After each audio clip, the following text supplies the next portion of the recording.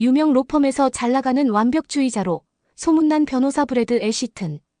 그는 한국을 정신없는 나라, 별 볼 일 없는 나라라며 폄하한 채 신재생 에너지 협상을 위해 한국 땅을 밟게 됩니다. 그러나 예기치 못한 감기 몸살에 동료는 브래드를 이상한 곳으로 데려가는데요. 동료를 따라간 그곳에서 브래드가 본 것은 여기저기 널브러져 바닥에 드러누워있는 홈리스 같은 사람들, 수건을 말아서 머리를 싸매는 요상한 패션, 지옥불처럼 느껴졌던 불가마와 생선 보관 창고처럼 느껴졌던 얼음방 등. 하지만 이름조차 괴기한 이 찜질방 덕분에 건강을 회복한 브래드는 큰 협상을 성공적으로 마치게 됩니다. 그런데 사실 더 중요한 게 하나 더 있다고 하는데요. 브래드의 인생을 바꾼 그것은 과연 무엇일까요? 지금 시작합니다. 안녕하세요. 저는 호주의 대형 로펌에서 일하는 브래드 애시튼이에요. 변호사가 된 지 7년 밖에 되지 않았지만 호주 로펌계에서 나름 인정받는 변호사로 살고 있죠. 특히 저는 에너지 분야 전문 법률가이고요. 제가 맡은 사건은 대부분 깔끔하게 마무리되었죠. 동료들 사이에서 제 별명은 완벽주의자예요. 물론 제 입장에선 그 말이 칭찬처럼 들렸지만 어쩌면 저 말 안에는 저를 고지식하다고 비아냥거리는 뉘앙스도 담겨 있다는 걸 저도 잘 알고 있죠. 하지만 저는 고지식한 게 아니라 제가 그들보다 월등히 완벽한 거라고 생각해요. 그래서 저처럼 완벽하지 못한 다른 변호사들이 저를 시기해서 그런 생각을 할 수도 있다고 너그럽게 이해를 하고 있어요. 저의 아침은 늘 똑같답니다. 매일 오전 6시 45분에 집을 나서서 7시에 근처 카페에 들러서 에스프레소를 한 잔 마시죠. 거의 10년째 변함없는 주문이죠. 그런데 뜨거운 걸 별로 좋아하지 않아서 온도는 정확하게 70도에 맞춰달라고 하죠. 처음에는 바리스타가 당황한 표정을 지었지만 이제는 제 얼굴만 봐도 아무 말 없이 70도짜리 에스프레소를 준비해주고 있답니다. 회사로 도착한 후에도 제 하루는 철저하게 계획된 대로 흘러간답니다. 스마트폰 캘린더에는 분 단위로 스케줄이 잡혀 있고 하루를 시작하면서 꼭 체크리스트를 확인하죠. 오늘 처리해야 할 사건 기록을 살펴보고 새로운 계약서 내용을 검토하는데 절대 빈틈이 없었죠. 다른 사람들은 이런 제 모습을 두고 철두철미하다고 말하지만 저는 그저 당연한 일이라고 생각해요. 실수는 변호사에게 치명적인 법이니까요. 법정에서도 회의실에서도 저는 결코 흔들리지 않는 변호사죠. 제 책상 위 서류들은 정확한 각도로 정교하게 정리돼 있고 고개를 숙이고 일하는 제 모습은 동료들 사이에서 집중의 화신 같은 존재였어요. 하지만 그게 전부예요. 가끔은 이런 제 모습이 스스로도 답답하게 느껴질 때가 있어요. 딱 정해진 패턴 안에서 움직이는 제 삶은 안정적이었지만 솔직히 별로 재미가 없거든요. 점심시간에도 제 모습은 별반 다르지 않아요. 동료 변호사들이 3, 3, 5 모여 나가서 식사를 하며 웃고 떠드는 동안 저는 늘 제 사무실에 남아 간단히 샐러드와 샌드위치를 먹어요. 저는 시간을 낭비하는 법이 없으니까요. 대신 샌드위치를 먹으면서도 손에 든 서류를 읽으며 다음 클라이언트 미팅을 준비하죠. 그런 제 모습을 본 동료 하나가 지나가며 농담을 던지더군요. 브래드, 넌 인간이 아니라 기계 같아. 점심이라도 좀 여유롭게 먹지 그래? 라고요. 그 말을 듣고 저는 미소 지었지만 속으로 이렇게 생각했죠. 여유 좋아하네. 그러니까 너희들이 나를 못 이기는 거야. 라고요. 하지만 그 순간 뭔가 공허한 느낌이 파도처럼 제 가슴에 스며들더군요. 하지만 저는 이내 고개를 저으며 다시 서류에 집중했어요. 제가 맡은 사건은 언제나 저의 완벽한 준비를 기다리고 있으니까요. 저녁이 되어 집으로 돌아가는 길도 마찬가지죠. 차 속에서 저는 늘 제가 정리해둔 올드팝 100곡만을 들었어요. 이런 걸 보면 제가 좀 고리타분한 인간이긴 하다는 생각이 아주 조금은 들 때가 있어요. 하지만 저는 요즘 팝송이 너무 삭막하게 느껴져서 아예 관심이 없답니다. 집에 돌아와서도 늘 똑같죠. 저는 들어오자마자 즉시 국제뉴스 채널을 켠답니다. 그리고 바로 5분간 스트레칭을 하고 와인을 한 잔 따라 놓고는 책상에 앉아서 그날의 일을 정리하며 다음날 일정을 다시 한번 확인하죠. 이렇게 해야만 마음이 편안하거든요. 마치 작은 실수라도 생기면 모든 것이 와르르 무너질 것 같은 기분이 드니까요. 이렇게 제 삶은 규칙적이고 안전하죠.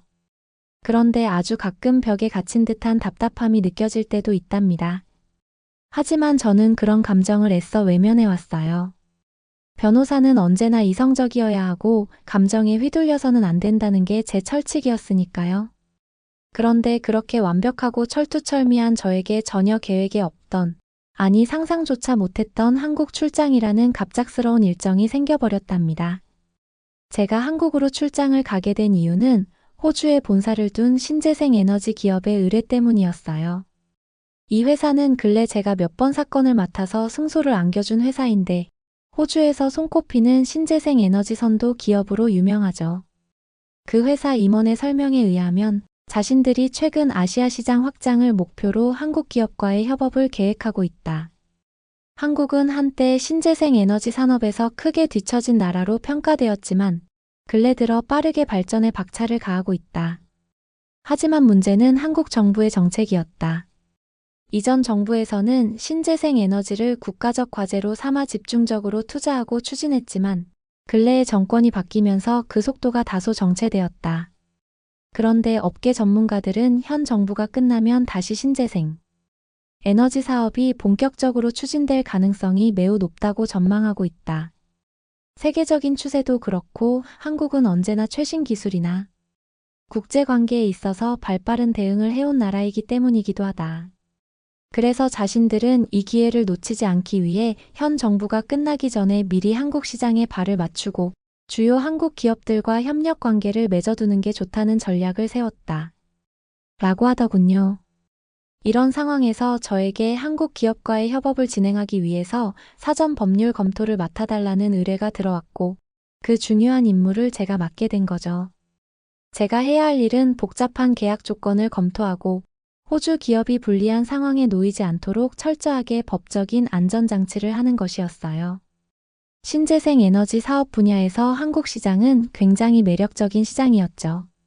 하지만 법률 체계와 비즈니스 환경이 호주와는 많이 다르다 보니 호주 기업 입장에서는 확실한 법적 안전장치가 필요했고 제가 국제거래법을 전공했고 지금까지 보여준 성과도 출중했기 때문에 이런 일에 있어서 저 이상의 완벽한 적임자가 있을 수 없었던 거죠. 호주 기업 임원의 설명을 다 듣고 나니 중요한 사안이라는 걸 단번에 알 수 있었고 제가 아니면 안 되는 상황이라는 것도 충분히 이해가 가더군요. 하지만 솔직히 속으로는 엄청 당황스러웠어요. 왜냐면 저에겐 이 일이 전혀 예상치 못한 변수로 느껴졌거든요. 저는 모든 것을 철저히 계획하고 준비하는 사람이고 지금까지 외국 출장은 미국과 유럽만 다녔는데 평생 한번 쳐다보지도 않은 한국이라는 동양의 조그맣고 낯선 나라에 가야 한다는 것 자체가 너무나 제 마음을 불편하고 불안하게 만들더군요. 사실 저는 몇 년 전까지만 해도 한국이 베트남과 같은 사회주의 국가라는 잘못된 지식까지 가지고 있었어요. 전쟁과 분단의 역사가 좀 비슷해서 헷갈린 것 같긴 하지만요. 그런데 근래에 워낙 국제뉴스에서 한국이 많이 나오다 보니 제가 잘못 알고 있다는 걸 알았죠. 한국 출장 얘기를 들으니 제 머릿속에 떠오르는 한국에 대한 이미지는 솔직히 좋지 않았어요. 제가 아는 한국은 최근 들어 빠르게 성장하는 경제와 기술, 그리고 어디선가들은 정신없이 바쁜 나라라는 이미지뿐이었죠. 뉴스에서 본 서울의 빽빽한 거리와 휘황찬란한 네온사인들은 오히려 복잡하고 과장된 느낌을 줬어요. 게다가 한국 사람들이 일에 대한 열정이 강하다는 이야기도 들었는데 그건 제 기준으로는 보면 열정이라기보다는 집착적인 모습으로 비쳤어요. 저처럼 체계적이고 안정되게 일을 하는 게 아니라 그냥 닥치는 대로 죽자 살자 일하는 개미들처럼 보여거든요. 심지어 한국 사람들은 일요일에도 일을 하고 새벽에도 일을 한다는 얘기도 들어서 알고 있었죠. 저는 평일에는 열심히 해도 일요일에는 완벽하게 휴식을 취하는 사람이거든요. 그래서 저에게 한국 사람들은 너무 극성스런 사람들이라는 생각이 떠올랐어요. 전쟁의 공포 때문에 또다시 북한과의 전쟁이나 경쟁에서 질까봐 죽도록 앞만 보고 달려가는 경주견처럼 느껴졌죠. 또 한국 문화에 대한 선입견도 있었어요. 예를 들어 한국의 회식 문화나 직장, 내 상명하복 같은 이야기를 듣고는 고개를 절레절레 흔들었던 적이 있어요. 왜 일을 끝내고도 직장 동료들과 시간을 보내야 하지? 라는 생각이 들면서 그런 문화가 전혀 이해가 되지 않았거든요. 업무와 사생활의 경계는 철저히 지켜져야 한다는 게 저의 오랜 신념이었으니까요. 그런 면에서 한국의 문화는 저에게 굉장히 거추장스럽고 답답하게 느껴졌어요. 게다가 음식에 대한 걱정도 있었죠. 제가 주로 먹는 식단은 언제나 건강하고 심플한 것들이었는데 한국 음식은 지나치게 자극적이고 매운맛이 강하다는 이야기를 들었어요. 김치, 고추장 이런 단어들이 떠오르면서 벌써부터 속이 쓰려오더군요. 사실 제가 제일 싫어하는 게 고추거든요. 어릴 때 고추를 잘못 먹었다가 혀가 꺾어지는 듯한 강한 통증을 경험한 적이 있거든요. 그래서 그 이후로는 매운 건 전혀 먹지 않는답니다. 출장을 준비하며 한국의 비즈니스 매너에 대한 리서치를 하면서도 불만이 쌓였어요. 손님을 융숭하게 대접하는 문화라거나 정중하게 상대방을 배려하는 태도가 지나치게 형식적이고 거추장스럽다는 생각이 들었어요. 저는 업무는 간결하고 논리적으로 진행되어야 한다고 믿기 때문에 이런 예의와 절차들이 비효율적으로 느껴졌죠. 비행기 티켓이 예약되었을 때도 저는 내심 한국에 대한 불안과 불만을 억누르기 바빴어요. 한국을 한 번도 가본 적이 없고 가보고 싶다는 생각을 한 적도 없는 제 마음속에는 한국이 마치 미개인들로 가득 찬 거대한 정글처럼 느껴졌고 그곳에서 제가 맞닥뜨리게 될 변수들에 대한 거부감이 가슴 깊은 곳에서 솟구쳐 올라오더군요. 하지만 제 마음에 들지 않는 나라로의 출장이었지만 워낙 큰 돈이 걸려있는 중요한 사업이라서 솟구쳐 올라오는 고통을 꾹꾹 누르면서 비행기에 오를 수밖에 없었죠. 한국에 도착한 첫날, 저는 공항에서부터 피로감을 느끼기 시작했어요. 비행 시간만 거의 10시간이었고 시차 적응도 제대로 되지 않아 머리가 멍했어요. 거기에 11월 한국의 날씨는 예상보다 훨씬 더 추웠어요. 호주에서 가져온 얇은 코트 하나로는 도저히 버틸 수 없는 한기가 피부를 파고들었죠. 저는 코트를 여미며 이렇게 추울 줄 알았으면 두꺼운 외투라도 챙길 거라고 후회했죠. 도착하자마자 준비된 차를 타고 한국 기업의 본사로 향했어요. 일정은 타이트했고 첫날부터 협업과 관련된 간단한 논의를 해야 했거든요. 회의실에 들어서자마자 한국 기업에서 나온 변호사들이 이미 준비된 서류들을 펼쳐놓고 저를 기다리고 있었어요. 그들은 예상했던 것처럼 철저하고 꼼꼼하게 준비해 두었고 약간은 긴장한 듯 보였지만 매너가 참 좋더군요. 저는 형식적인 인사를 나눈 후 차분하게 회의를 이끌어 나가려고 노력했어요. 하지만 제 몸 상태는 이미 한계에 다다른 것 같았어요. 회의 도중 집중력이 흐트러졌고 머리가 멍해지는 순간들이 점점 잦아졌어요. 그들의 설명을 듣는 동안에도 저는 피곤한 몸을 억지로 일으켜 세우는 기분이었어요. 시계가 회의 종료 시간을 가리킬 때쯤에는 거의 탈진 직전이 되어버렸죠. 사무실 밖으로 나왔을 때는 더 심각했어요. 바람 한 번 불 때마다 차가운 공기가 목을 타고 들어왔고 오한이 들기 시작했어요. 코끝이 시큰거렸고 이마에는 묘한 열기까지 느껴졌어요. 감기 몸살이 시작된 건가 하는 불안감이 들었어요. 그렇게 한국 출장 첫날부터 제 몸은 완전히 무너지기 직전이었죠. 같이 온 동료가 제 상태를 보며 걱정스러운 얼굴로 물었어요. 감기 기운이 도는 것 같다고 말하자. 동료는 좀 쉬어야겠다고 하더니 갑자기 찜질방에 가보는 게 어때? 라고 제안했어요. 저는 그 단어를 처음 듣고 의아해서 물었어요. 찜질방이 뭐야? 라고요. 동료는 설명을 덧붙였어요. 3년 전에 한국에 여행을 왔다가 찜질방에 가본 적이 있는데 그때의 경험이 너무 좋았다고 했어요. 열기가 가득한 방에서 땀을 흘리고 나니 피로가 싹 풀렸고 다양한 공간이 있어서 쉴 거리도 많았다고 하더라고요. 그러면서 요즘은 더 좋아졌고 근처에 서울에서 제일 유명한 찜질방이 있으니 가보자고 자신 있게 말했어요. 한국 사람들은 피곤하거나 몸이 안 좋으면 찜질방부터 간다. 확실히 효과가 있으니까 가보자. 자기가 직접 체험해 본 거니까 믿어봐라. 라고요. 솔직히 너무 어처구니가 없어서 몸에 힘이 더 빠지더군요. 열로 몸을 따뜻하게 해준다고? 그것도 사람들이 모여서. 저는 이해가 가지 않았어요. 피곤하고 몸살기가 있어서 10가지 나는데 또 몸에 열을 가하다니요. 무슨 미개한 민간요법 같은 건가 하는 생각이 들더군요. 사적인 공간이 보장되지도 않는 곳에서 피곤한 몸을 맡기라고. 당연히 위생적이지 않을 거라는 생각도 먼저 떠올랐고, 불특정 다수와 함께 있는 것도 불편할 것 같았어요. 저는 동료에게 단호하게 말했어요. 그런 곳은 전혀 내 체질에 맞지 않아. 호텔에서 쉬는 게 훨씬 나을 거야. 라고요. 하지만 상황이 상황이었죠. 병원에 갈 만한 상황도 아니고 호텔로 돌아가도 컨디션이 나아질 것 같지는 않았으니까요. 동료는 이럴 때 가보면 의외로 좋아질 수도 있어라고 말하며 저를 끝까지 설득하더군요. 솔직히 저도 호텔에서 무작정 누워만 있는 게 정답이 아니라는 생각이 들었어요. 약도 챙겨오지 않았고 한국 약은 믿을 수가 없고 몸 상태는 점점 나빠지는 것 같았고 내일은 더 중요한 미팅이 있었으니까요. 동료는 제가 버티는 모습이 우습다는 듯 웃으면서 한 번만 믿어봐. 후회하지 않을 거야 라고 말했어요. 결국 저는 어쩔 수 없이 동료의 제안을 받아들이기로 했어요. 이게 대체 무슨 상황이지? 라며 투덜대면서도 속으로는 약간의 호기심도 들긴 했거든요.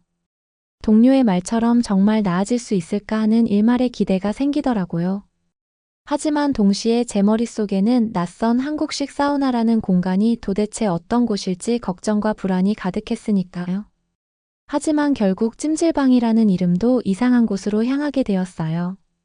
찜질방에 들어선 순간부터 저는 충격을 받았어요. 일단 시설이 너무 좋더군요. 무슨 최고급 호텔 같은 느낌이 나더군요.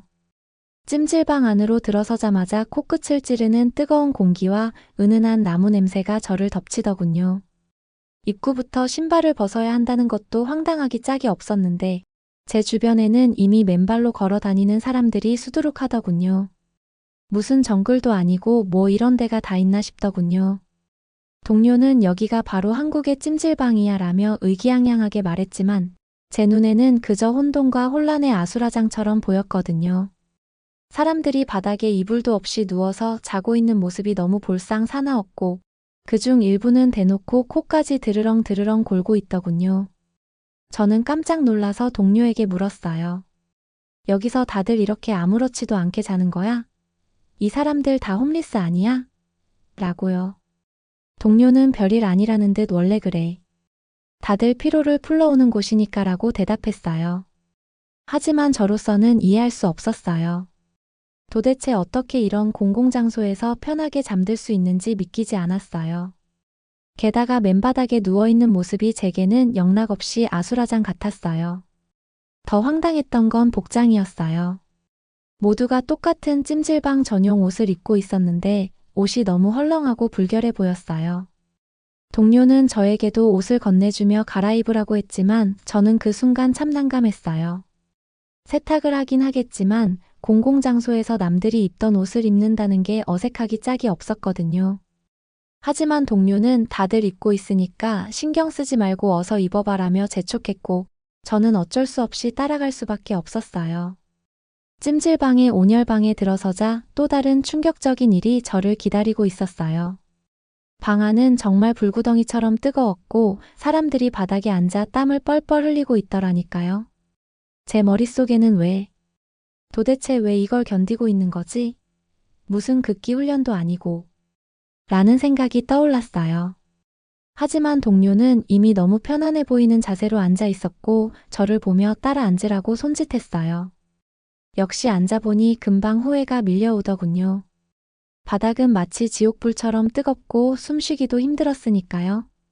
마치 제가 뜨거운 오븐 안에 들어가 있는 이탈리아 피자가 된 느낌이었어요. 동료는 저에게 이 뜨거운 열기가 몸을 풀어줄 거예요. 금방 시원해질 거예요 라고 했지만 저는 도저히 참을 수 없었어요. 얼굴과 등이 땀으로 흥건해졌고 심지어 머리까지 어질어질해져 왔어요. 이게 몸이 좋아지는 느낌이라고? 죽는 느낌이 아니라? 나는 정말 이해할 수 없다는 생각만 들었어요. 방을 나와서도 저는 불쾌감을 떨쳐버릴 수 없었어요. 사람들이 여기저기서 삶은 계란과 식혜를 먹는 모습까지 보고 나니 더 황당하더군요. 동료는 웃으며 저에게도 계란과 식혜를 권했지만 저는 손사래를 쳤어요. 사우나를 하면서 음식까지 먹는다고? 그건 좀 아니지 않아? 세상 어느 나라에서 이런 짓을 해라고 말했지만 동료는 이게 한국 찜질방의 매력이야 라며 빙긋 웃더군요. 어쨌든 약간 출출함을 느끼던 저는 동료가 건네준 삶은 계란과 식혜라는 음료를 먹었어요. 이상한 냄새가 날 것 같았지만 막상 먹으니까 맛은 있더군요. 그러고 다시 주변을 둘러보았죠. 이제 허기도 채워지고 난생 처음 보던 이상한 광경에 좀 적응이 됐는지 처음 들어올 때보다 마음은 한결 편안해져 있었죠. 그래서 저는 아까보다 조금 편안한 마음으로 차분하게 주변을 둘러보았어요.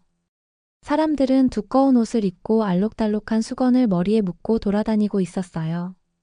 동료는 그 사람들을 가리키며 웃으며 말했어요. 저게 바로 양머리야. 찜질방의 상징 같은 거지라고요. 그게 뭐냐고 묻자 동료는 손수 수건을 접어 제 머리 위에 얹어줬어요. 그는 이제 제대로 된 찜질방 룩이네요 라고 말하며 웃었지만 저는 이 수건을 머리에 두른 채로 돌아다닌다는 것 자체가 너무 멍청한 짓으로 느껴졌어요. 더운데 수건까지 머리에 감고 다니다니요. 인간으로서의 최소한의 상식만 있어도 할 수 없는 짓 같았거든요. 그때 동료가 안내판을 가리키며 불가마로 가보자고 했어요. 불가마가 뭐냐고 물었더니 아까보다 더 뜨거운 방에 들어가서 땀을 흘리는 공간이라고 했어요. 듣자마자 이게 진짜 불지옥인가 보다 하는 생각에 처음에는 고개를 절레절레 흔들며 반대했죠. 하지만 동료는 불가마가 찜질방의 꽃이라며 강력하게 추천했어요. 결국 저는 마지못해 따라 들어갔어요. 불가마 문을 열자마자 후끈한 열기가 얼굴을 때렸어요. 안에는 어두운 조명 아래에서 사람들이 바닥에 여기저기 드러누워 있더군요. 제 상식으로는 도무지 이해할 수 없는 광경이었어요. 동양의 온돌 문화에 대해서는 대충 알고 있었지만 실제로 보니 너무 어색하고 미개하게 느껴졌거든요. 동료는 옆에 자리를 잡고 앉으며 이렇게 말했어요. 여기서 몸을 풀고 땀을 빼면 정말 시원해져. 누워봐. 어색한 마음을 억누르고 마지못해 나무 바닥에 등을 붙였어요. 뜨끈한 열기가 등을 타고 올라오더군요. 처음엔 너무 뜨거워서 제대로 누워있을 수 없었지만 동료는 이게 다 몸에 좋은 거라고 말했어요. 주위를 둘러보니 몇몇 사람들은 아무렇지 않게 잠들어 있거나 대화를 나누고 있었어요. 저 혼자만 이 열기를 버티지 못하는 것처럼 느껴졌어요. 그렇게 10분도 되지 않아 밖으로 나왔지만 불가마의 열기 때문인지 몸이 살짝 가벼워진 것 같았어요. 하지만 여전히 낯선 환경에 적응하기는 힘들었어요. 동료는 저를 보며 웃으며 말했어요. 이제 겨우 시작이야. 찜질방의 진짜 매력은 아직 많이 남아있다니까. 라고요. 저는 그 말을 들으며 이곳에서 도대체 어떤 경험을 더 하게 될지 궁금하면서도 살짝 두려워지기 시작했어요. 불가마에서 나와 잠시 숨을 돌리자 동료가 저를 데리고 찜질방의 또 다른 공간으로 안내했어요. 그곳은 조금 더 현대적이고 아늑한 느낌이었는데 작은 방들이 여러 개 늘어서 있었고 사람들이 각기 다른 방법으로 휴식을 취하고 있었죠. 동료는 이곳이 한국 찜질방의 진짜 매력을 보여주는 공간이라며 하나하나 설명해 줬어요. 가장 먼저 향한 곳은 소금방이었어요. 방 안은 하얀 소금으로 뒤덮여 있었고 공기마저 깨끗하고 상쾌했어요. 소금으로 뒤덮인 방이라니. 제가 살다가 이런 방을 보리라고는 꿈에도 생각하지 못한 일이었죠. 그래서 속으로 혹시 냉장고가 없던 옛날의 생선이나 육고기를 보관하던 그런 창고에서 유래한 건 아닐까 하는 생각도 들더군요. 그런데 동료는 소금방의 공기가 호흡기 건강에 좋다고 말했어요. 그 말을 듣고 코를 느껴보니 실제로 코가 뻥 뚫리는 느낌이 들었고 마치 바닷가에 온 것처럼 숨쉬기가 편안하더군요. 몇 년 전에 가본 일본 온천의 증기. 사우나와 비교해봐도 여기 공기가 몇 배는 더 쾌적하고 깔끔하다는 느낌이 들더군요. 그 다음은 황토방이었어요. 방 안은 따뜻한 황토 내음이 가득했고 천장까지 황토로 둘러싸여 있었어요. 동료는 황토가 피로 회복과 독소 배출에 효과적이라고 설명했어요. 바닥에 누워보니 온기가 천천히 몸을 감싸면서 뭉친 근육들이 풀리는 것 같았어요. 또 이상하게 마음도 차분하고 편안해지더군요. 일본의 온천에서 목욕을 하며 몸을 푸는 경험도 나쁘지 않았지만 이곳처럼 누워서 몸과 마음을 동시에 편안하게 하는 공간은 처음이었어요. 특히 한 공간에 여러 사람이 집단적으로 드러누워 휴식을 취하는 분위기가 처음에는 너무 이상했는데 시간이 갈수록 오히려 더 편안하게 느껴지기도 하더군요. 이어서 동료는 얼음방도 보여줬어요. 불가마나 황토방에서 몸이 뜨거워진 사람들은 이곳에 들어와 열을 식힌다고 했어요. 불도 있고 얼음도 있고 세상에 무슨 이런 일이 다 있지? 하는 생각이 들었지만 안에 들어가니 금세 한기가 느껴졌고 차가운 공기가 몸을 식혀주면서 정신이 굉장히 맑아지는 기분이 들더군요. 그렇게 동료를 따라다녀 보니 한국 찜질방이 단순히 몸을 데우는 공간이 아니라는 것을 깨달았어요. 이곳은 피로를 풀고 몸과 마음을 동시에 힐링하는 완벽한 휴식처였어요. 일본 온천이 단순히 물에 몸을 담그는 정적인 경험이라면 한국 찜질방은 몸과 공간이 조화를 이루며 다양한 경험을 제공하는 다채로운 문화였어요. 그리고 무엇보다 실내에서 즐길 수 있기 때문에 날씨와 상관없이 편하게 찾을 수 있다는 점도 큰 장점이었어요. 그렇게 처음에는 낯설고 어색했던 찜질방이 어느새 마음을 풀어주는 힐링 공간이 되어가고 있었어요. 저는 자신도 모르게 이곳의 묘미를 조금씩 알아가고 있었어요. 잠시 쉬고 나니 동료가 이번에는 찜질방의 특별한 재미를 보여주겠다며 저를 데리고 이곳저곳을 돌아다녔어요. 이제 제법 활기를 되찾은 덕에 궁금한 마음도 들었어요. 한국 찜질방이 이렇게나 다양한 공간을 갖춘 줄은 꿈에도 몰랐거든요. 제가 가장 놀랐던 건 만화방이었어요. 저는 이곳이 정말 사우나가 맞는지 다시 한번 의심했어요. 방 안에는 소파와 매트가 깔려 있었고 벽에는 수백 권의 만화책과 잡지가 빼곡히 꽂혀 있었어요. 여기서도 사람들이 또 바닥에 누워서 책을 읽거나 졸고 있는 모습이 보였어요. 마치 어디 가나 사람들이 바닥에 붙어 있는 희한한 문화라는 생각이 들더군요. 동료는 여기서 한두 시간쯤 누워 책을 읽다 보면 시간 가는 줄 모른다고 하더군요. 저는 사우나에 와서 책을 읽는다는 발상 자체가 저에게는 충격적이었어요. 저는 속으로 여기가 휴식의 끝판왕이구나라는 생각이 들었죠. 다음으로 간 곳은 안마 의자 코너였어요. 줄지어 늘어선 고급 안마 의자들이 저를 맞이했어요. 사람들이 의자에 몸을 맡기고 눈을 감고 있는 모습을 보니 마치 작은 낙원처럼 느껴졌어요. 동료는 저에게도 체험해보라며 동전을 건넸어요. 저는 마지못해 의자에 앉아보았는데 의자가 목부터 발끝까지 지그시 눌러주며 피로를 풀어줬어요. 예상보다 훨씬 만족스러워서 제 어깨에 쌓인 긴장이 조금씩 풀리는 게 느껴졌어요. 동료가 웃으며 저렴한 가격에 이런 호사를 누릴 수 있는 곳이 또 있겠냐라고 말했어요. 저도 모르게 힘차게 고개를 끄덕이고 있었어요. 그뿐만이 아니었어요. 사람들이 우르르 몰려가는 곳을 따라가 보니 작은 오락실이 있었어요. 게임기에서 나오는 익숙한 전자음이 들리자 저는 순간 어린 시절의 오락실이 떠올랐어요. 어떤 사람들은 농구 게임을 하며 웃고 있었고 다른 사람들은 레이싱 게임에 열중하고 있었어요. 동료는 저에게 한국 사람들은 찜질방에서 가족 단위로 온종일 시간을 보내곤 한다고 설명하더군요. 그 말을 들으니 저 역시 여기서라면 하루 종일 놀아도 질리지 않겠어라는 생각이 들더군요. 그리고 또 인상적이었던 건 사람들이 잠을 자는 휴식 공간이었어요.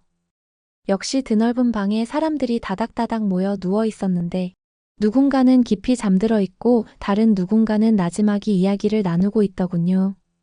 처음에는 역시 너무 홈리스들처럼 보여서 너무 불편하고 어색하게 느껴졌어요. 하지만 제가 막상 그곳에 누워보니 바닥의 온기가 온몸을 포근하게 감싸안는 것처럼 전해져서 금세 몸이 노곤해지고 마음의 평화의 기운이 몰려오더군요. 비싼 요금을 내지 않아도 이렇게 따뜻함과 평화로움을 느낄 수 있다는 게 정말 신기하다는 생각이 들더군요. 마지막으로 동료는 매점으로 저를 이끌었어요. 거기엔 팥빙수, 떡볶이, 심지어 라면까지 있었어요. 동료는 라면이 찜질방의 인기 메뉴라며 직접 주문했어요. 김이 모락모락 나는 라면 한 그릇이 나오자 저는 그 자리에서 웃음을 터뜨리며 말했어요. 여기서 라면까지 먹을 줄은 몰랐네라고요. 찜질방에서 파는 라면을 먹어보니 진하고 따뜻한 국물이 피로를 말끔히 씻어주는 느낌이 들었어요. 이 모든 경험이 저에게는 너무나도 생소하면서도 신선한 경험이었어요. 찜질방은 단순히 흔해 빠진 사우나가 아니라 사람의 몸과 마음을 온전히 풀어주고 소소한 즐거움까지 더해주는 완벽한 휴식처 같은 공간이었어요. 저는 그제야 한국 사람들이 왜 찜질방을 찾는지 충분히 이해할 수 있게 되었어요. 호주로 돌아온 첫날, 공항에 도착하자마자 익숙한 공기와 풍경이 다시 눈에 들어왔어요. 하지만 몸과 마음은 유체이탈처럼 여전히 한국의 찜질방에 남아있는 듯한 묘한 기분이 들더군요. 평소처럼 사무실에 출근했지만 책상 앞에 앉자마자 제일 먼저 떠오른 건 찜질방에서 마셨던 시원한 식혜와 저의 온몸을 달구던 뜨끈한 불가마였어요. 분명 습관처럼 완벽하게 업무를 시작해야 하는데 제 머릿속은 온통 한국의 찜질방에서 겪었던 놀라운 경험이 계속 떠올라서 업무에 집중할 수가 없더군요. 점심시간에 동료들이 출장 잘 다녀왔냐고 묻기 시작했어요. 저는 무심코 한국식 사우나인 찜질방에 대해 얘기했어요. 처음에는 짧게 설명하려고 했지만 말이 계속 길어지더군요. 시차 적응 때문에 피곤해서 억지로 갔던 찜질방에서 오히려 피로가 풀렸다는 이야기부터 시작해서 황토방과 소금방 같은 신기한 공간들, 그리고 잊을 수 없는 삶은 계란과 식혜까지 말해주었죠. 동료 중 한 명은 웃으며 물었어요. 그래봤자 그냥 사우나 아닌가요? 라고요. 저는 발끈했어요. 뭐라고? 그냥 사우나? 저는 조금 흥분한 듯 설명을 이어갔어요. 한국 찜질방은 단순히 몸을 데우는 곳이 아니다. 그 안에 작은 세상이 있다. 그것은 힐링과 즐거움을 주는 하나의 탁월한 문화다. 전 세계에 이런 훌륭한 사우나 문화는 없다. 라고요. 동료들은 그게 그렇게 특별하냐며 고개를 갸웃했지만 제 이야기에 약간 흥미를 느끼는 눈치였어요. 퇴근 후 집에 돌아와도 마찬가지였어요.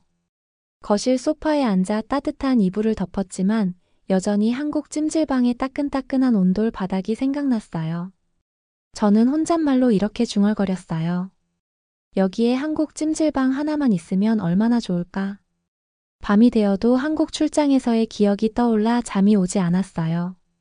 불가마에서 나와 땀을 닦고 마셨던 식혜의 짜릿한 시원함이 계속 생각났어요. 그리고 피식 웃음이 나왔어요. 처음엔 왜 사람들이 그런 곳에 가는지 전혀 이해를 못했는데 결국 제가 그곳에서 가장 크게 힐링을 얻고 왔다는 사실이 우습게 느껴지더라고요. 한국 출장에서 돌아온 후 저는 의도치 않게 한국 찜질방 전도사가 되어버렸어요. 처음에는 동료들에게 가볍게 얘기했을 뿐이었는데 어느새 주변 사람들 모두가 제 입에서 나오는 찜질방 이야기에 귀를 기울이기 시작했어요. 주말에 친구들과 만나 커피를 마시며 한국 이야기가 또다시 나왔어요. 친구 중 한 명이 호기심 가득한 얼굴로 물었어요. 그래서 그 찜질방이 뭐가 그렇게 대단하다는 거야? 저는 잠시 숨을 고르고 다시 한국 찜질방의 매력을 하나하나 설명하기 시작했어요. 먼저 불가마부터 이야기했어요. 섭씨 60도에서 80도까지 올라가는 방에 들어가 땀을 흘리는 경험이 얼마나 개운한지 말했어요. 몸속에 노폐물이 빠져나가는 기분이었다. 그것은 마치 인간을 재활용해서 부활되는 것과 같은 느낌이다. 너도 새 사람이 되려면 꼭 한번 가봐야 해. 라고요. 그러니 친구들은 웃음을 터뜨렸어요. 한 친구는 반신반의하며 말했어요. 그런데 그렇게 더운 방에서 오래 버틸 수 있어? 저는 당당하게 말했어요. 생각보다 견딜만해. 오히려 나중엔 몸이 가벼워지는 게 느껴져서 더 있고 싶어진다니까. 그리고 찜질방의 다양한 공간들에 대해서도 빠뜨리지 않았어요. 황토방, 소금방, 얼음방까지 온도와 환경에 따라 완전히 색다른 경험을 제공한다고 설명했어요. 심지어 얼음방에 들어가면 한여름에도 한기가 느껴질 정도야. 찜질 후에 그곳에 가서 몸을 식히면 정말 상쾌해. 제 말에 친구들은 놀라워하며 서로의 얼굴을 쳐다봤어요. 그날 이후로 저는 주변 사람들을 볼 때마다 찜질방 이야기를 자주 꺼내게 되었어요. 누군가는 신기해했고 누군가는 반신반의했지만 모두가 호기심을 갖고 한국식 사우나인 찜질방에 대해 질문을 던졌어요. 저는 마치 한국 찜질방 홍보대사가 된 것처럼 설명을 이어갔고, 그럴 때마다 엄청난 괴로움이 밀려왔어요. 찜질방에서의 제 경험이 다시금 생생하게 떠올라서 다시 가고 싶었거든요. 돌이켜보면 저는 한국에 오기 전까지 한국 문화와 찜질방에 대해 부정적인 선입견을 가지고 있었어요.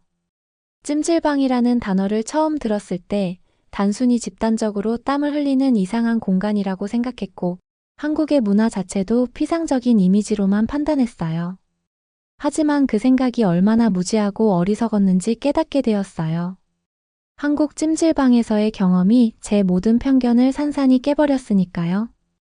후끈후끈한 불가마에서 땀을 쭉쭉 난생 처음 느꼈던 개운함, 차갑고 서늘한 얼음방에서 느꼈던 설명하기 힘든 상쾌함, 그리고 식혜와 구운 계란의 별미까지.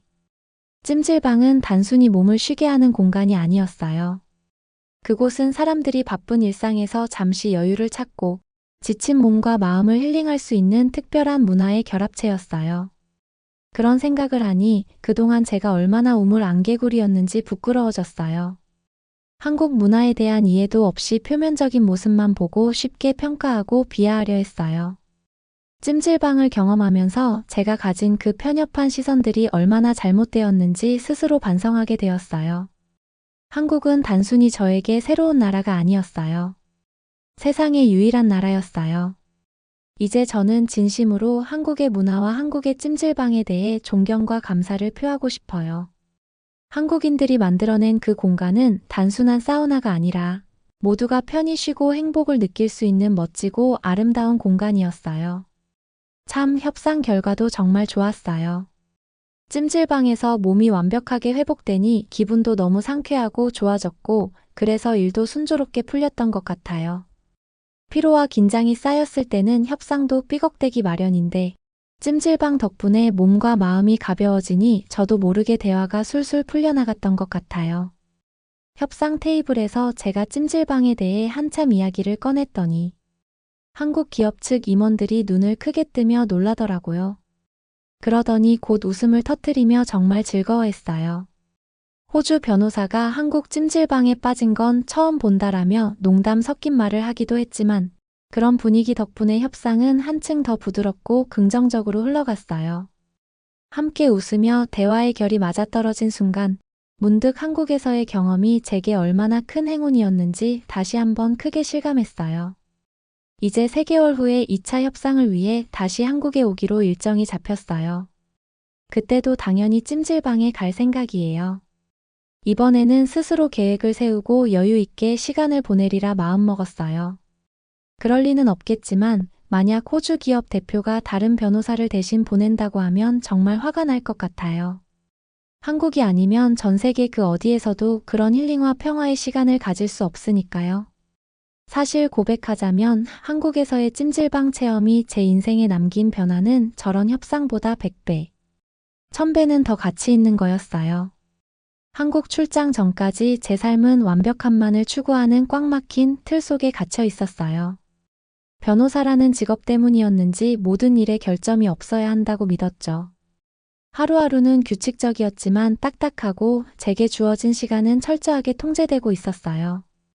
제가 쉬는 시간조차 업무를 위한 준비였고, 휴식은 그저 효율을 높이기 위한 수단일 뿐이었어요. 지금 돌이켜보면 그건 살아간다기보다는 기계처럼 굴러가는 삶이었어요. 하지만 한국의 찜질방이 제 삶을 완전히 바꿔버렸어요. 처음에는 반신반의하며 따라갔지만 그곳에서 제가 처음 느낀 건 제 몸과 마음이 제 생각보다 더 무겁게 지쳐 있었다는 사실이었어요. 하지만 뜨끈한 황토방 바닥에 누워 있는데 제 몸속 어딘가에 쌓여있던 긴장과 스트레스가 서서히 녹아내리는 기분이 들었어요. 그동찬 차갑게만 살아온 제 심장이 따뜻한 온기 속에서 다시 살아 숨쉬는 기분이라고나 할까요? 찜질방의 따뜻하고 평화로운 분위기 속에서 땀을 흘리며 한참을 앉아있다 보니 모든 걸 완벽하게 해야 한다는 강박이 얼마나 하찮은지 깨닫게 됐어요. 완벽하지 않아도 괜찮고 조금 부족해도 좋다는 자유로움이 제 안에서 움트기 시작했어요. 옆에서 아무렇지 않게 얼굴에 팩을 붙이고 잠든 사람들, 나무처럼 편안하게 바닥에 누워있는 사람들을 보며 저도 처음으로 그냥 이렇게 편안하게 나 자신으로 있어도 되는구나 하는 깨달음이 왔어요. 호주로 돌아온 후 제 일상은 확연히 달라졌어요. 이제는 무조건적인 완벽주의를 내려놓고 조금은 편안한 여유를 찾고 있어요. 가끔 퇴근 후에는 시간을 쪼개어 친구들을 만나고 주말에는 아침부터 편하게 누워 아무 생각 없이 멍하니 시간을 보내기도 해요. 일에 쫓기던 제 모습은 더 이상 없고 진짜 저다운 삶을 찾아가고 있어요. 한국의 찜질방은 단순한 사우나가 아니었어요. 제겐 자유를 찾은 공간이었고 평화를 선물 받은 경험이었어요. 지금도 가끔 피곤하거나 지칠 때면 그곳을 떠올리며 한국으로 돌아갈 날을 손꼽아 기다리고 있어요. 다시 한번 뜨끈한 온기 속에서 마음을 푹 놓아버리고 싶네요. 마지막으로 한국에 오기 전, 그리고 한국에 온 첫날, 제가 가졌던 오만한 태도에 대해 진심으로 사과하고 싶습니다. 한국 문화와 찜질방을 폄하했던 제 자신이 정말 부끄럽습니다. 이제는 그 경험이 저에게 얼마나 값진 배움이었는지 깨달았어요. 앞으로는 다양한 문화를 존중하고 열린 마음으로 배우며 살아가는 사람이 되겠습니다. 그리고 이런 깨달음을 주었던 한국과 한국의 찜질방 문화에 진심으로 감사드립니다. 제 좁은 시야를 깨고 새로운 세상을 경험하게 해준 그 순간들을 영원히 잊지 못할 거예요. 완벽주의에 갇혀있던 호주 변호사 브래드 애쉬튼. 낯선 땅 한국에서의 시차와 감기 몸살로 지쳐있던 그를 치유해준 건 뜻밖에도 한국의 찜질방이었군요. 이제 브래드는 한국을 새로운 시각으로 바라봅니다. 찜질방의 온기가 그의 일상에도 스며들었고 호주에 돌아간 후에도 한국 문화를 전파하는 찜질방 전도사가 되었죠. 작은 공간 속에서 찾은 큰 행복. 그리고 한 나라의 문화가 누군가의 삶에 선사하는 따뜻한 위로와 변화. 무엇보다 완벽주의를 버리고 자유와 평화를 찾은 브래드의 이야기는 이제 시작일지도 모르겠네요. 구독과 좋아요 부탁드리며 사연자분께 전해드릴 댓글도 남겨주시면 전달해드리겠습니다. 그러면 더욱 감동적인 다음 사연으로 넘어가겠습니다. 한국인들 다 성형해서 예쁜 거잖아? 맞아, 중국 사람들 눈이랑 턱 뾰족한 거 부러워해서 따라하는 사람들 많더라. 나 이번에 한국 여행 가는데 중국인의 아름다움을 한국에 보여주겠어. 중국이 최고라고 생각하는 여성이 한국인들의 외모 비하를 하고 있는데요. 행복하다는 듯이 웃고 있는 중국 여성들을 보면서 무슨 생각을 하시나요? 안녕하세요. 저는 중국에서 배우를 꿈꾸고 있는 란웨오라고 합니다. 중국의 선전에 영향을 받아 한국에 대해 부정적인 인식을 가지고 있던 외국인으로서 자신의 경험을 공유합니다. 분명 2020년 코로나 전까지만 해도 중국은 꽤나 개방적인 정책으로 다양한 여행을 다닐 수 있었는데요. 저는 중학생 때 갔다 온 유럽 여행을 꿈꿨어요. 물론 관광 가이드가 다 해준 거지만 프라하의 낭만적인 거리, 밀라노의 유서 깊은 유적지의 활기찬 삶을 동경했죠. 미친 듯이 더럽긴 했어요. 하지만 유럽이라는 이유로 뭔가 프리미엄이 붙은 거죠. 그리고 저는 연예인을 꿈꾸는 사람이잖아요. 누구나 부러워하는 유럽에 가서 맛있는 것들을 먹고 예쁜 사진들을 찍어서 팔로워를 모아야 했어요. 24년이 되자마자 저는 다시 유럽 여행을 하려고 했는데요. 비자가 나오질 않았어요. 휴가 기간을 그냥 날릴 수는 없어서 한국으로 여행을 갈 수밖에 없었습니다. 아빠는 일단 가자고 했지만 저는 울고불고 난리가 났었어요. 더 어렸을 때도 갔었던 여행인데 왜 이제는 안 되는지 너무 짜증이 났거든요. 한국은 중국의 것들을 다 베끼는 나라잖아요. 중국의 GDP 성장을 보세요. 한국이 어떻게 중국을 따라올 수가 있겠어요. 그런 나라에 굳이 놀러 가야 하는 이유를 모르겠더라고요. 저는 중국이 단순한 국가가 아니라 경제 강국으로 비상하는 용이라고 생각해요. 중국이 경제적으로 성장하면서 문화적 르네상스가 심지어 꽃을 피웠어요. 한국인들은 이걸 죄다 따라하잖아요. 저는 좀 미적 감각이 있는 사람이거든요. 딱 보면 뭐가 예쁜지를 알아요. SNS만 봐도 뭐가 유행하고 예쁜 건지 알아볼 수 있죠. 그래서 한국에 갈 수밖에 없다는 걸 알았을 때 중국의 대단함을 한국에 보여주고 와야겠다고 생각했어요. 중국은 단순히 고층 빌딩을 짓는데 그치지 않고 고대 예술 전통을 되살린 나라니까요. 저는 충칭에서 과거와 현재가 조화를 이루는 가운데 우리 문화의 정체성이 되살아나는 것을 경험했습니다. 제가 이렇게 말하면 저는 공부를 못할 거라고 생각하는 사람들도 많은데요. 저는 공부도 잘하는 연예인이 되고 싶어서 공부도 열심히 했습니다. 무려 베이징 대학교를 입학까지 한 사람이에요. 지금은 입학 전에 여행을 가려고 할 뿐이고요. 저는 그래도 한국에 가는 김에 중국의 멋짐을 한국에 보여주고 와야겠다고 생각했어요. 저의 스타일과 중국의 대단함을 한국 사람들이 당연히 알아볼 거라고 생각했습니다. 대한항공 비행기에 몸을 싣자 드디어 여행의 현실이 다가왔습니다. 승무원들이 따뜻한 미소와 흠잡을 데 없는 프로페셔널함으로 저를 맞이하며 여행의 분위기를 조성합니다. 좌석에 앉자마자 저는 자부심과 기대감을 느낄 수 있었습니다. 비행기가 인천으로 내려오면서 창밖으로 드넓게 펼쳐진 도시를 바라보는데 뭔가 이상했어요. 제가 생각하는 한국은 돈이 없고 시골일 거라고 생각했는데요. 비행기에서도 빛이 엄청나게 빛나고 있었어요. 현대적인 고층 빌딩과 구불구불한 강, 고요한 황해가 어우러진 풍경에 뭔가 이상함을 느꼈어요. 비행기에서 내리자 이상함은 더 강해졌는데요. 충칭의 공항보다 훨씬 더 좋았어요. 훨씬 크고 뭔가 많았어요. 심지어 저는 새벽에 도착을 해서 대중교통을 이용할 수가 없었는데요. 공항을 걷다 보니 이른 시간임에도 불구하고 꼼꼼한 정돈과 친절한 직원들의 모습이 눈에 띄었습니다.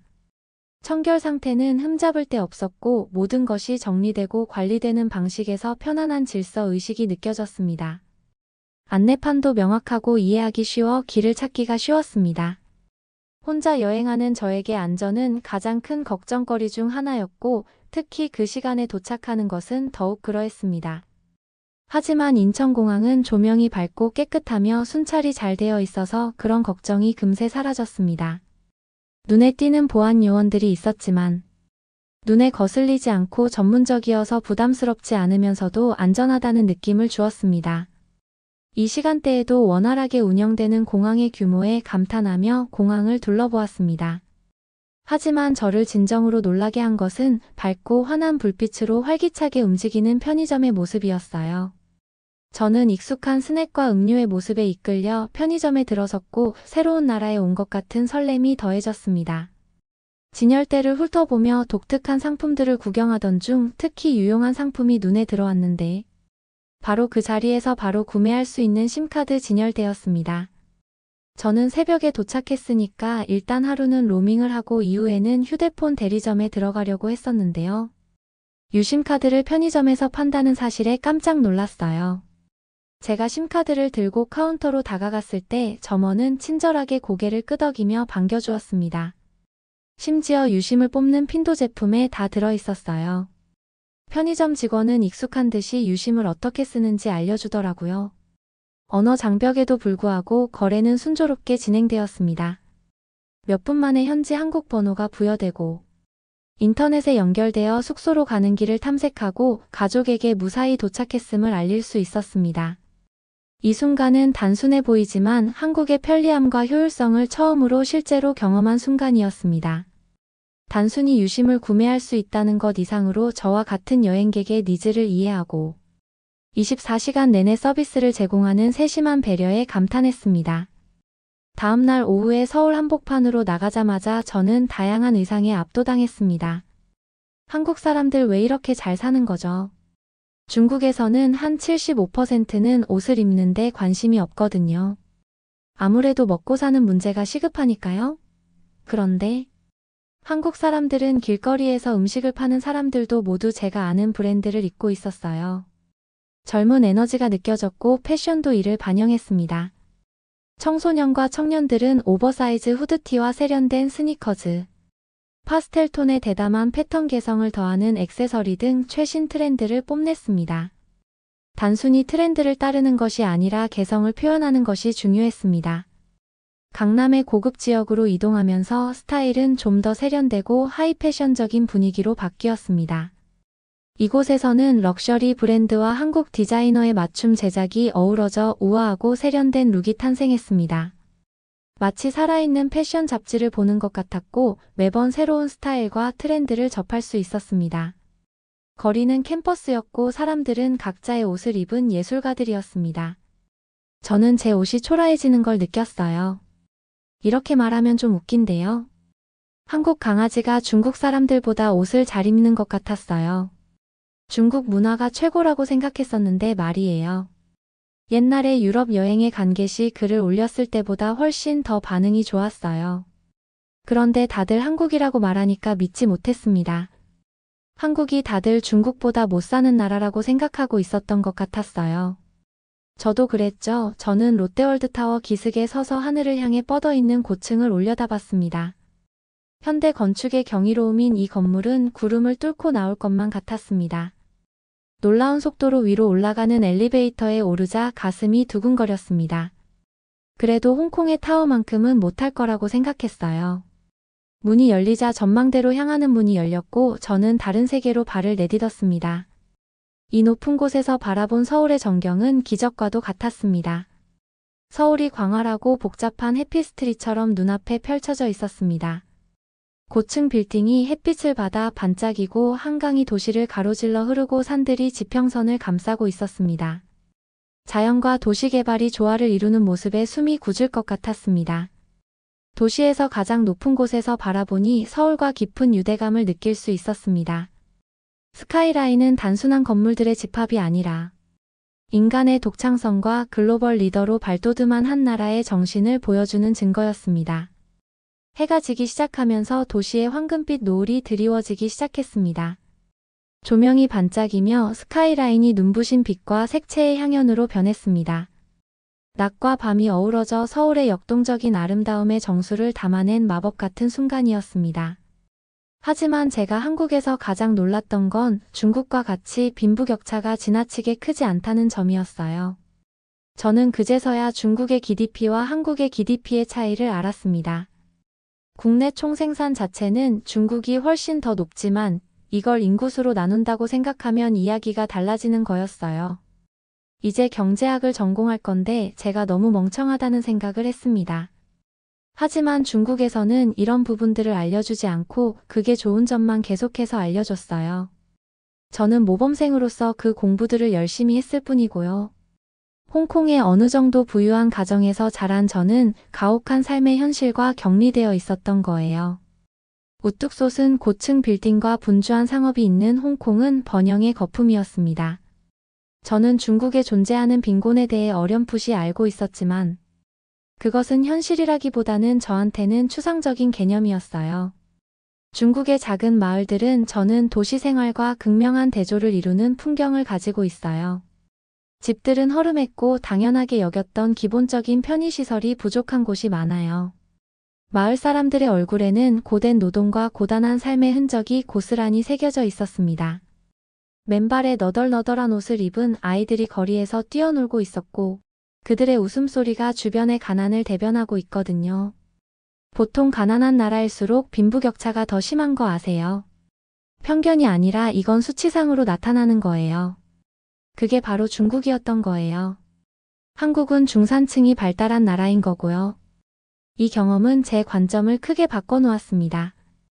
홍콩과 충칭 같은 도시는 중국 경제 기적의 상징이지만 중국의 많은 지역이 여전히 빈곤과 씨름하고 있다는 사실을 깨달았죠. 서울을 보면서 한국이야말로 진정한 선진국이 아닐까라는 생각을 했어요. 한국 길거리나 시장에서는 중국 사람들만큼 힘들어 보이는 사람들을 본 적이 없었거든요. 본인의 일을 열심히 하는 사람들 뿐이었습니다. 또 제가 놀란 점은 도시의 청결함인데요. 생각해보니까 서울에 도착한 순간부터 도시의 청결함이 바로 눈에 띄었습니다. 길거리에는 쓰레기가 거의 보이지 않을 정도로 깨끗했습니다. 붐비고 북적이는 곳에서 흔히 볼 수 있는 혼란과 난잡함을 예상하고 명동의 번화한 시장을 걸었던 기억이 납니다. 놀랍게도 이 지역은 놀라울 정도로 깨끗했습니다. 노점상들은 자신의 공간을 세심하게 관리하고 있었고 사람들은 쓰레기를 함부로 버리지 않았습니다. 다른 곳에서는 거의 볼 수 없었던 공공장소에 대한 집단적 책임감과 자부심이 느껴졌습니다. 한국 사람들한테는 이게 기본인 것 같았어요. 서울 시내의 여러 공원과 공공장소를 방문하면서 감탄은 더욱 커졌습니다.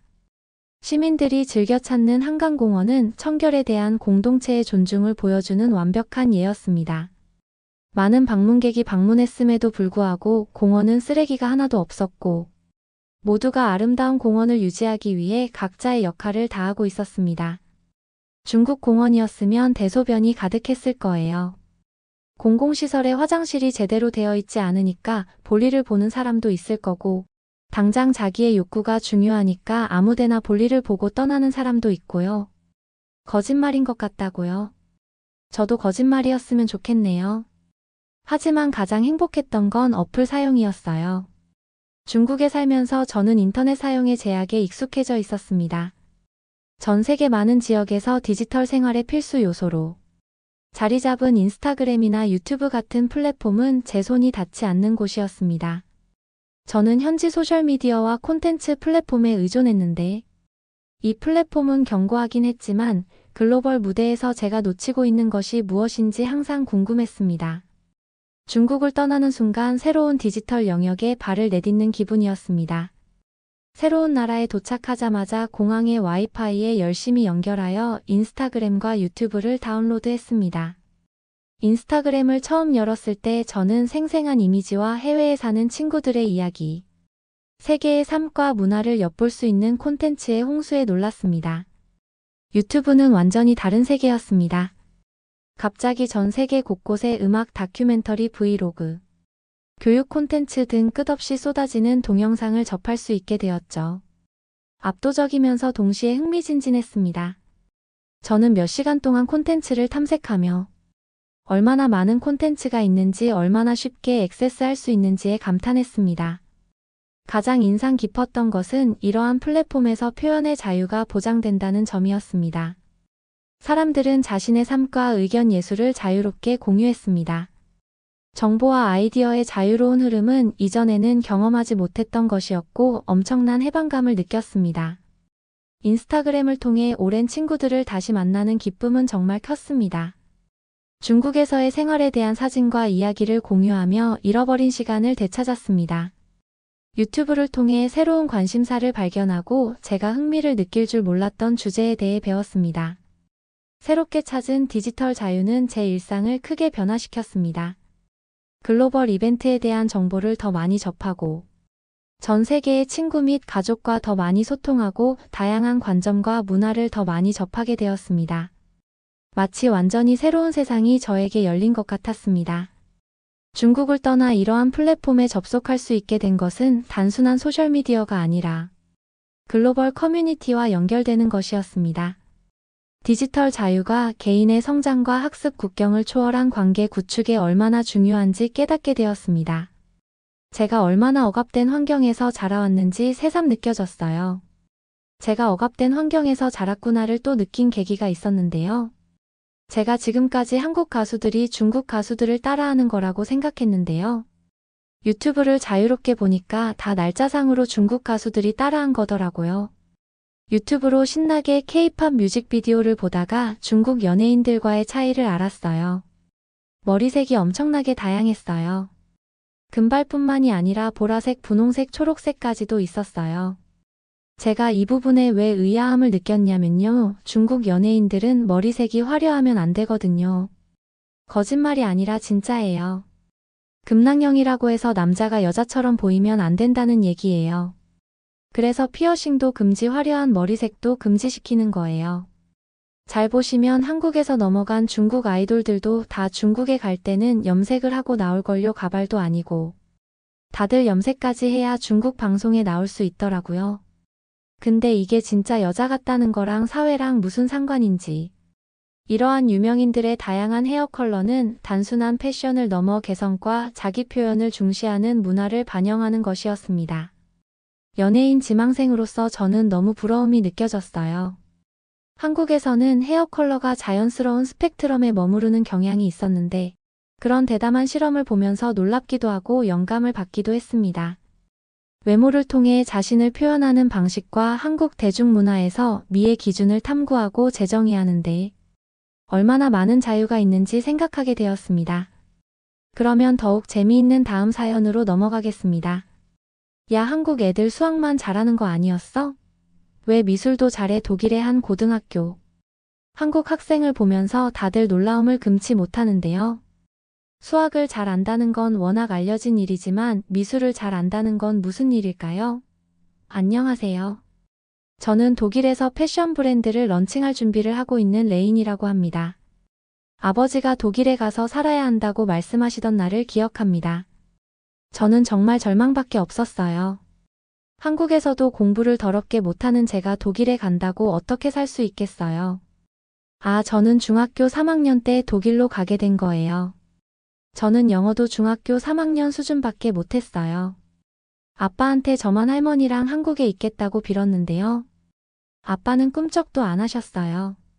번화한 거리, 활기찬 시장, 편안한 길거리, 음식 냄새 등 저에게 익숙한 서울을 떠나 낯선 곳으로 떠난다는 것은 두려움밖에 없었어요. 서울방 한 구석에 자리 잡은 작은 책상에 앉아 외국어처럼 보이는 방정식과 숫자로 낙서된 교과서와 종이에 둘러싸여 있습니다. 시계바늘은 매 순간 수학과의 싸움을 상기시키며 흘러갔습니다. 항상 어렵게만 느껴지던 수학이 요즘은 넘을 수 없는 벽처럼 느껴집니다. 친구들은 수학 문제를 쉽게 풀고 특히 친형인 준호 형은 저를 도와주려고 노력하는 것 같아요. 형은 연습의 문제일 뿐이라고 말하지만 저에게는 모르는 언어로 된 책을 읽으려는 것과 같습니다. 수학하면 할수록 좌절감만 커지죠. 부모님 모두 회계사세요. 독일 회계사 자격증을 따고 두 분 다 독일에서 일할 기회를 얻으신 거죠. 왜 저만 수학을 못하는지 도통 이해할 수가 없었죠. 한국 가정에서 흔히 기대하는 우수한 학업 성적을 원하십니다. 부모님은 저희 고군분투를 이해하지 못하십니다. 제가 수학 수업 시험 숙제 하나하나가 얼마나 두려운지 모른 채 노력을 안 해서 그렇다고 말씀하시죠. 학교에서 저는 수학 수업이 다가올수록 두려움을 느낍니다. 선생님은 친절하시지만 설명은 종종 제 머리 위로 날아갑니다. 저는 수학만 하면 길을 잃었어요. 외로움을 느낍니다. 선생님이 시험지를 돌려주실 때면 시험지를 덮고 있는 빨간 자국을 보며 마음이 가라앉습니다. 여정은 인천국제공항에서 장시간 비행을 하는 것으로 시작되었습니다. 비행기 창밖을 바라보며 생각에 잠겨 몇 시간을 보냈습니다. 광활한 태평양 상공을 날면서 조부모님이 들려주신 옛 한국 이야기, 회복 탄력성과 희망에 대한 이야기를 떠올렸습니다. 이 여행이 제 자신의 이야기에 어떻게 더해질지 궁금해졌습니다. 독일에 착륙하는 것은 마치 다른 세계에 발을 디딘 것과 같았습니다. 공항 도로 심지어 하늘까지 모든 것이 광활하게 보였습니다. 늘 침착한 사람인 아버지는 미로 같은 공항을 쉽게 안내해 주셨습니다. 저는 제가 가장 좋아하는 한국 과자가 담긴 작은 가방을 움켜쥐고 뒤따랐습니다. 언어도 문제였어요. 당장 학교에 다녀야 하는데 말이에요. 아버지는 유창하게 영어를 구사하셨지만 저는 어려움을 겪었습니다. 기본적인 구문은 알고 있었고 어느 정도 이해할 수 있었지만 말하기는 또 다른 문제였습니다. 처음 패스트푸드점에서 음식을 주문할 때 한국어와 영어를 섞어 말해서 종업원이 당황했지만 재미있어 했습니다. 아버지가 나서서 대화를 매끄럽게 이어나갔습니다. 저는 당황스러움과 동시에 영어 실력을 향상시켜야겠다는 결심이 솟구쳤습니다. 저는 정말 기가 죽은 상태로 학교에 갔어요. 특히 영어를 거의 못하기 때문에 이곳의 모든 것이 부담스럽게 느껴집니다. 매일 아침 학교 건물에 들어서면 불안감으로 속이 울렁거릴 정도였어요. 복도는 수다와 웃음소리, 고함소리로 가득하지만 제게는 알아들을 수 없는 소리의 바다처럼 느껴집니다. 단어의 의미를 파악하고 익숙한 무언가를 포착하려고 노력하지만 쉽지 않습니다. 수업 시간에 선생님이 질문을 하면 주제를 파악할 수 있을 정도는 이해하지만 완전한 대답을 할 수 있을 정도는 아닙니다. 저는 선생님이 저를 부르지 않기를 바라며 조용히 앉아 있습니다. 선생님이 저를 부르면 반 친구들은 저를 쳐다보고 저는 소심하게 어깨를 으쓱거리며 아돈노라고 중얼거릴 뿐입니다. 점심시간은 하루 중 가장 힘든 시간입니다. 다른 학생들은 3-3-5 모여 웃고 떠들고 있을 때 저는 혼자 식탁에 앉아 샌드위치를 먹었어요. 급식이 그립더라고요. 샌드위치는 배가 차지지도 않았어요. 근데 혹시나 다른 음식을 먹는다고 따돌림이 있을까? 봐 한식을 싸가지도 못했어요. 아빠가 원망스러웠죠. 한국에 있는 친구들 농담 대화가 그리워요. 이곳에서 저는 투명 인간이 된 것 같고 모두가 소속감을 느끼는 군중 속에서 길을 잃은 것 같아요. 부모님은 괜찮아질 거라고 영어 연습만 더 하면 된다고 말씀하셨어요. 부모님은 제가 얼마나 힘든지 의사소통에 실패할 때마다 얼마나 더 낙담하는지 이해하지 못하세요. 집에서는 편안하고 친숙한 한국어를 사용합니다. 하지만 밖에서는 제 목소리가 작고 하찮게 느껴지는 세상과 마주합니다. 듣기보다 라이팅 과제는 지옥이었어요. 답답하고 눈물이 나기 직전에 저는 수업이 끝난 후에도 남아 영어 선생님인 에릭 선생님과 이야기를 나눕니다. 저는 제 어려움을 표현하기 위해 애를 썼지만 선생님은 인내심을 가지고 들어주셨어요. 정말 학교에 다니기 싫었어요. 그런데 반전은 제가 한국에서 가장 싫어했던 수학 시간에 시작되었어요. 선생님은 연립 방정식 문제를 풀어보자고 했어요. 그거 아세요? 우리의 다리와 호랑이의 다리 개수 그리고 총동물이 몇 마리인지 세는 문제 말이에요. 한국에서는 초등학교 5학년 때부터 풀기 시작하는 문제잖아요. 독일 애들은 머리를 받고 표를 하나하나 만들기 시작하더라고요. 저는 바로 연립방정식 문제를 풀었어요. 저는 빨리 풀었죠. 한국에서는 당연히 해본 거였으니까요. 제가 이상하리만치 빨리 푼 걸 안 선생님은 제 풀이를 보러 왔어요. 그리고 여기는 표로 계산하는 애들만 있었으니까 선생님은 거의 완벽한 풀이라고 생각하셨는지 저에게 앞에 나와서 풀어달라고 했어요. 저는 수십 명의 시선이 저를 주시하는 것을 느끼며 칠판으로 걸어갔습니다. 저는 뱃속이 울렁거렸지만 손에 힘을 빼고 분필을 집어들었습니다. 기분이 이상했어요. 한국에서는 맨날 수학 때문에 고생만 했는데요. 마지막으로 칠판에 해를 동그라미로 표시했습니다. 저는 무관심이나 혼란을 예상하며 교실로 향했습니다. 하지만 그 대신 박수갈채를 받았습니다. 반 친구들의 얼굴에는 놀라움과 감탄이 섞여 있었습니다. 역시 수학은 한국인이지라고 했어요. 저는 기분이 진짜 이상했어요. 한국에서는 바보였던 제가 천재가 된 거잖아요. 선생님은 미소를 지으며 잘했어. 대수학을 잘 이해하고 있구나 라고 말하며 웃으셨죠. 제가 자리로 돌아가자 몇몇 반 친구들이 엄지손가락을 치켜 세웠습니다. 독일에 도착한 후 처음으로 저는 동료들과의 유대감과 소속감을 느꼈습니다. 그날은 제게 전환점이 되었습니다. 수학에 대한 저의 사랑이 문화와 언어의 장벽을 뛰어넘을 수 있다는 것을 깨달았고, 이곳에서 제 능력이 가치 있고 존중받는다는 것을 알게 되었죠. 또 차근차근 수학을 할 수 있을 것 같았어요. 그때부터 저는 수업에 더 자신감을 갖게 되었고, 더 많이 참여하고 다른 사람들의 수학 문제를 도와주기도 했습니다. 덕분에 아이들과 말할 기회가 생겼고 영어 실력도 점차 늘었어요. 한국에서는 자신 없었던 수학 자신감도 생겼고요. 좌절하지 않고 꾸준히 공부하니까 되더라고요. 그거 아세요? 독일 중학생들 중에 구구단을 못 외워서 계산기를 쓰는 애들이 많아요. 거짓말 같죠? 저도 처음에는 눈을 의심했어요. 여기서 제가 수학을 잘해서 수학자가 됐으면 그게 소설 같은 이야기겠지만 저는 수학을 잘 아는 정도는 됐어도 수학의 영재성을 보이지는 않았어요. 하지만 이게 제 자신감을 만들어줬죠. 진짜는 미술 시간이었어요. 저는 한국에서만 살았으니까 한국 애들이 미술을 잘한다고는 생각해 본 적이 없는데요. 외국에서는 한국 애들이 수학이랑 미술을 잘하는 이미지더라고요.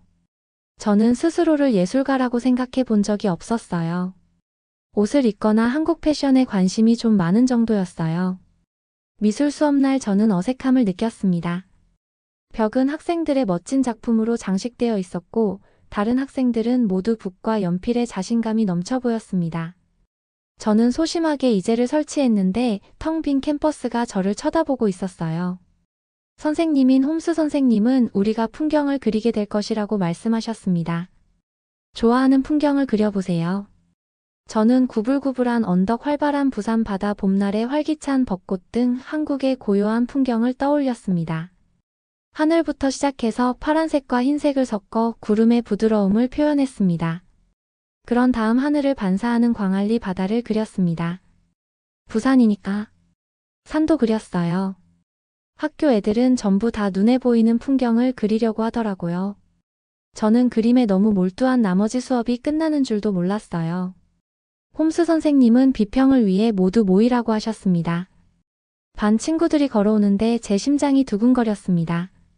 무관심할 거라고 예상했지만 친구들의 반응은 전혀 달랐습니다.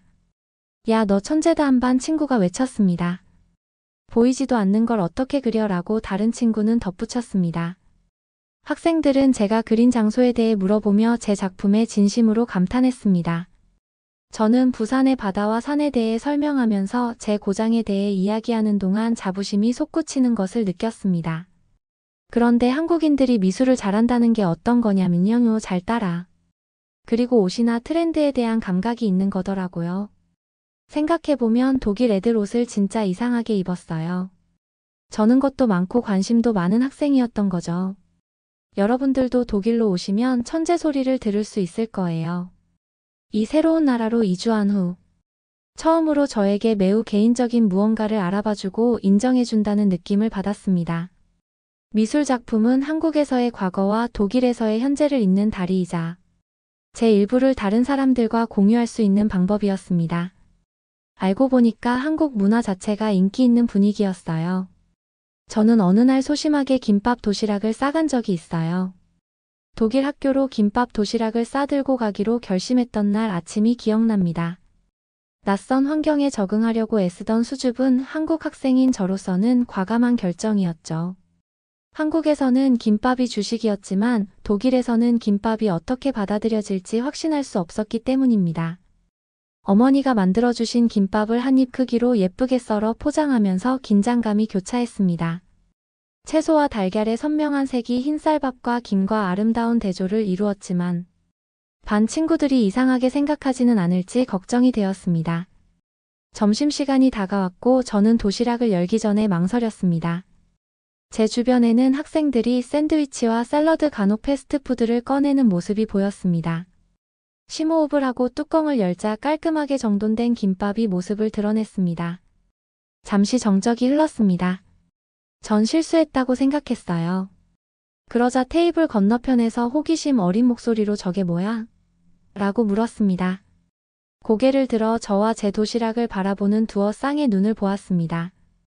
김밥이야 애써 씩씩한 목소리로 말했어요. 그러자 정말 깜짝 놀란 순간이 왔습니다. 한 조각 먹어도 돼요. 제 옆에 앉은 소심한 여학생이 물었습니다. 그 여학생의 질문이 물꼬를 트는 듯 곧 여러 친구들이 시식을 요청했습니다. 저는 잠시 망설이다가 김밥을 나눠주기 시작했습니다. 김밥을 맛보는 반 친구들의 반응을 지켜보면서 처음에는 긴장했지만 이내 얼굴이 환하게 밝아졌습니다. 야, 미쳤다 한 학생이 외쳤습니다. 맛이 정말 좋아요.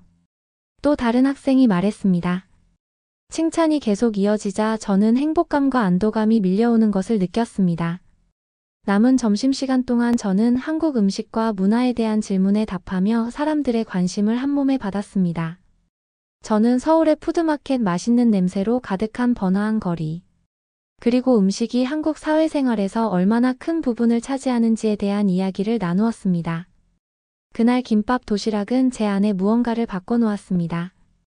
저를 다르게 만든 것이 다른 사람들에게도 흥미로울 수 있다는 것을 깨달았죠.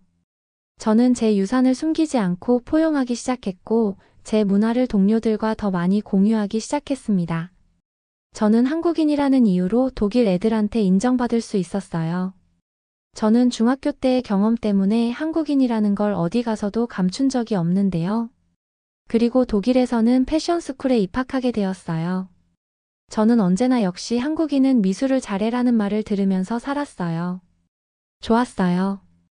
그래서 독일의 명문 패션스쿨에서 공부할 수 있는 기회를 얻었을 때 꿈이 이루어진 것 같았어요. 패션 학교에 처음 들어섰을 때 설렘과 걱정으로 심장이 두근거렸던 기억이 납니다. 저마다 독특한 스타일과 비전을 가진 재능 있는 학생들로 둘러싸여 있었죠. 영감을 주는 동시에 두려운 마음이 들기도 했죠. 수업은 강렬했습니다. 다양한 원단, 패션 역사, 디자인 원칙, 최신 트렌드에 대해 배웠죠. 저는 모든 것을 스펀지처럼 흡수했지만 눈에 띄고 싶은 욕심에 밤늦게까지 디자인을 스케치하고 패턴을 수정하는 경우가 많았습니다. 제 졸업 작품은 제 한국적 유산과 독일에서 접한 다양한 스타일을 조화시키는 것이었습니다. 저는 제 디자인에 한국의 전통 미학과 현대적이고 글로벌한 영향이 조화를 이루는 저를 반영하고 싶었습니다. 한복의 유려한 선이나 한복의 독특한 소재들을 이용했어요. 한국적인 것이 세계적인 것이라는 믿음이 항상 있었거든요. 진정한 시험은 각 학생이 독창적인 컬렉션을 발표해야 하는 연말 패션쇼에서 이루어졌습니다. 저는 한국의 전통적 요소와 현대적인 서양 스타일을 결합한 하모니, 인 콘트라스트를 콘셉트로 컬렉션을 만들기로 결정했습니다. 패션쇼 당일이 다가오자 긴장감과 설렘이 교차했습니다. 제 컬렉션은 한복에서 영감을 받아 현대적으로 재해석한 드레스, 은은한 한국 자수가 돋보이는 세련된 수트 서울의 거리를 연상시키는 대담한 스트리트 스타일 의상으로 구성되었습니다. 제 컬렉션이 런웨이에 올랐을 때 저는 숨을 죽였습니다. 모델들은 밝은 조명 아래에서 제 디자인을 선보이며 자신감 넘치는 워킹을 선보였죠. 관객들의 반응은 처음에는 놀랍다는 반응이었지만 쇼가 진행되면서 고개를 끄덕이며 감탄하는 모습도 보였고 흥미롭다는 말도 들리고 심지어는 탄성을 지르기도 했습니다. 마지막 모델이 런웨이를 걷자 장내는 박수갈채로 가득 찼습니다. 서로가 서로를 인정하고 기뻐하는 순간이었습니다. 쇼에 참석한 동료 교수 심지어 업계 전문가들도 제 컬렉션의 독창성과 응집력에 깊은 인상을 받았습니다. 쇼가 끝난 후 여러 참석자들이 제 작품에 감탄을 표하며 다가왔습니다. 그들은 제가 한국의 영향을 현대 패션에 자연스럽게 녹여낸 방식에 흥미를 보였습니다. 그날 밤 저는 새로운 영향을 수용하면서도 제 뿌리에 충실하는 것이 디자이너로서 저의 강점이라는 것을 깨달았습니다. 저는 지금 제 패션 브랜드를 론칭할 준비를 하고 있어요. 요즘 한국 문화가 워낙 인기라서 투자를 쉽게 받을 수 있었거든요. 한국인으로서 자부심을 가지고 살게 해준 한국의 교육과 한국 사람들의 유행 선도 능력에 감사를 표현합니다. 언제나 한국 브랜드가 최고라는 인식을 가지게 하는 브랜드가 되는 게 제 꿈이에요. 그러면 더욱 감동적인 다음 사연으로 넘어가겠습니다. 안녕하세요. 저는 영국의 곳곳을 오가며 트럭 운전사로 일하고 있는 폴이라고 합니다. 저는 학창시절 내내 농구를 대표해 활동을 하다가 부상을 당한 이후 트럭 기사가 되었습니다. 지금은 벌써 꿈처럼 느껴지는 일이지만 농구를 하던 때만 해도 저는 누구보다 건강한 삶을 살았다고 자부할 수 있었습니다. 어릴 때는 아주 약하고 각종 유행하는 병이나 알레르기를 달고 살았던 제가 그렇게 건장하게 컸다는 사실에 부모님은 늘 믿겨지지 않는다는 말을 하시곤 했죠. 190이 넘고 어깨도 상당히 넓게 벌어진 제 건장한 체구를 보시면 어릴 때 약했다는 이야기를 믿기 어려우실 겁니다. 하지만 저는 공부를 잘하지는 못했습니다. 책만 피면 졸음이 몰려오곤 했죠. 그래서 어릴 적부터 공부는 나의 길이 아니라는 걸 아주 일찍 깨달았던 것 같습니다. 운동하는 게 가장 재미있었으니까요. 게다가 아버지를 닮아 꽤 잘생긴 외모의 인기에 바로미터로 불리는 농구까지 잘한다는 건 남자 학생으로서 가장 꿈꿀 수 있는 최고의 인생이었습니다. 평소와 다를 게 없던 그날 저의 달콤한 꿈들이 멈춘 일이 발생하게 되었습니다. 친구와 우연히 장난을 치면서 중심을 잃고 발목을 삐끗하면서 넘어져 무릎에 부상을 입게 되었습니다. 병원 신세를 지면서도 친구들에게 병문안을 오라고 하는 등 그때까지도 저는 계속 장난만 치며 답답한 병원을 빨리 나갈 궁리만 하고 있었죠. 그때까지만 해도 저는 전혀 사태의 심각성을 몰랐던 것 같습니다. 철이 없던 나이였으니까요. 앞으로 어떤 미래가 저에게 펼쳐질 거라고는 조금도 몰랐을 겁니다. 그 나이까지 단 한 번도 예상해 본 적 없던 직업을 갖게 될 줄도 몰랐겠죠. 빠르게 태어날 수 있을 줄 알았던 제 무릎은 실제로 더 심하게 다쳤다는 걸 알게 되었습니다. 부모님은 물론이었지만 제 자신이 너무 싫어 용서할 수 없는 기분을 말로 형용할 수가 없네요. 병원에 여러 차례 방문하며 검사를 받았고 더 좋아지길 증상의 경과를 기다렸지만 조금만 무리하면 아파지고 퉁퉁 부어오르는 걸 느낄 수 있었습니다. 조금 기다린다고 해서 괜찮아질 통증이 아니라는 걸 스스로가 알아챌 수 있었죠. 병원에서도 한 번 다친 무릎이 다치기 전처럼 완벽하게 돌아갈 수 있는 방법은 없을 것 같다며 조심스럽게 이야기를 꺼내셨지요. 살살하는 운동은 괜찮겠지만 과격한 운동이나 무리가 가는 행동은 절대로 삼가야 한다고 하셨죠. 살살하는 운동만 괜찮다니 제가 그 나이 때까지 해온 게 바로 격하고 역동적임 때문에 사랑받는 농구인데. 그건 그냥 저희 모든 걸 포기하라는 소리와 같았죠. 의사 선생님을 붙잡고 울어보기도 하고 하소연을 하고 빌어보기도 했습니다만 선생님께서도 도저히 더 해주실 수 있는 건 없다고 하셨죠. 당연한 결과였어요. 선생님이 뭘 어떻게 해주실 수 있었겠어요. 그냥 제가 지푸라기라도 잡고 싶어 의사 선생님에게 매달린 거란 걸 제 스스로도 알고 있었어요. 나의 단 한순간의 장난으로 이 모든 것들을 애써 포기한 채 멈춰야 한다는 게 억울하기도 하고 화가 뻗쳐 미치겠다는 생각이 들었습니다.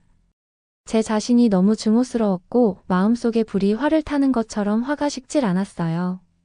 몇 날 며칠을 방에 틀어박혀 나가지도 않고 그때로 시간을 돌리고 싶다며 늦은 후회를 할 뿐이었습니다. 근데 뭐 별 수 있었겠어요.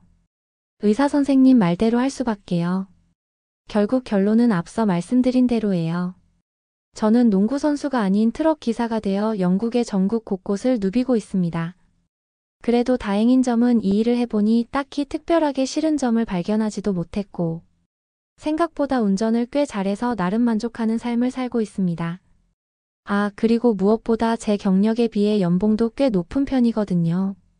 제가 워낙 밤낮 없이 열정적으로 일에만 몰두해서 그런 결과이기도 하지만요. 트럭 기사에 하는 일을 간혹 궁금해하시는 분들이 많으셔서 이야기해드리자면 영국의 트럭 기사는 다른 나라와 하는 일은 비슷할 겁니다. 정말 큰 대형 트럭을 이용해서 선박이나 기차 등을 운전해 화물을 이동시키는 직업인데요. 주로 식품이나 의류건설 자재 전자제품, 농산물 등을 옮기긴 하지만 저는 모든 시간에 맞으면 운반하는 편이라 종류를 따지진 않습니다. 저는 다른 기사들보다도 더 많은 일을 했어요.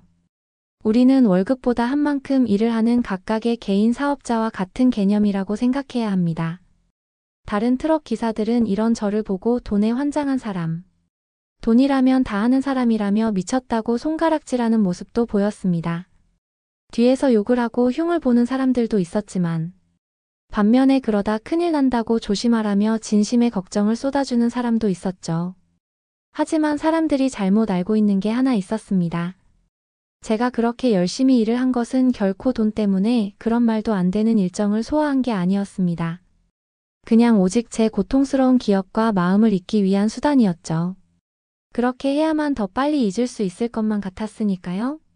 자꾸만 생각나는 부상당했던 그날의 기억은 저를 불현듯 괴롭혔고 특히나 저를 가장 괴롭게 했던 것은 여전히 농구의 선수로 코치로 활발하게 활약하고 있는 함께 운동했던 저희 동료들의 모습이었습니다.